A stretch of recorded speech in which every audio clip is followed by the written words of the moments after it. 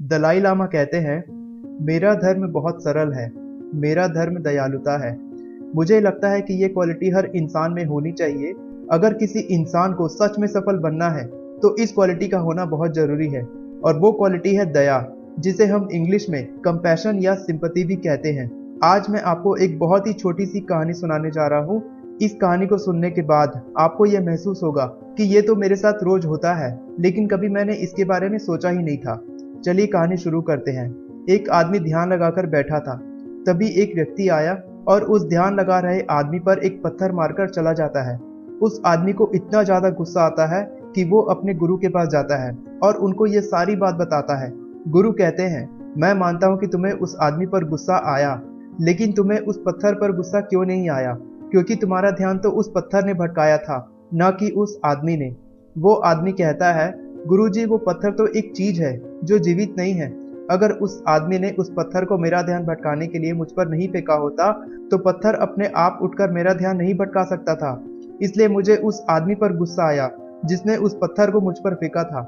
गुरुजी ने कहा, अगर तुम्हें उस पत्थर पर गुस्सा नहीं आया तो फिर तुम्हें उस आदमी पर भी गुस्सा नहीं आना चाहिए था।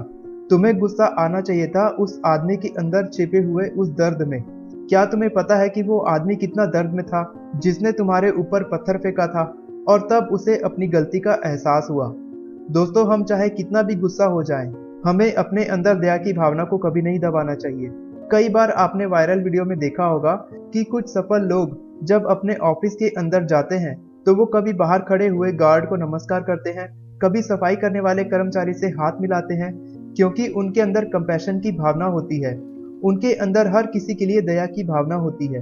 दया की भावना उनको पैसा कमाकर तो नहीं दे सकती, लेकिन जो इज्जत उनको मिलती है, जो सम्मान उनको पूरी दुनिया से मिलता है, वो बाकी पैसे वालों को उतना नहीं मिलता।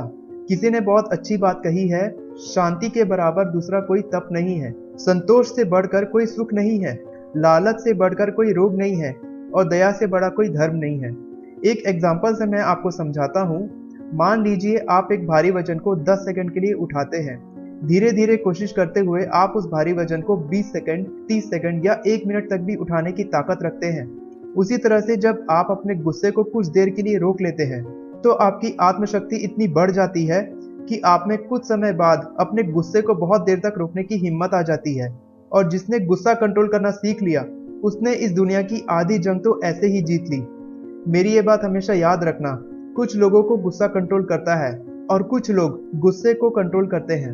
अब आप इन दोनों में से किस कैटेगरी में आते हैं ये तो आप ही जानते हैं, लेकिन अगर आप अपने गुस्से पर कंट्रोल करना सीख गए और अपने गुस्से को अपनी दया की भावना पर हावी होने से रोक लेते हैं, तो ये बात मैं गारंटी के साथ बोलता हूँ कि ये क्वालिटी जो बहुत कम लोगों में होती है वो आप में होगी, और ये आपको सफल होने में आपकी बहुत मदद करेगी।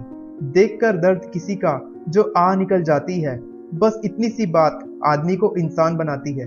अगर आपको ये कहानी पसंद आई होगी तो इस वीडियो को लाइक करें, अपने इस motivational channel life changing channel को सब्सक्राइब करें, क्योंकि मैं इसी तरह की motivational videos, life changing videos लाते रहता हूँ। आप सब अपना ख्याल रखिए, मैं इसी तरह आपको इंस्पायर करता रहूंगा।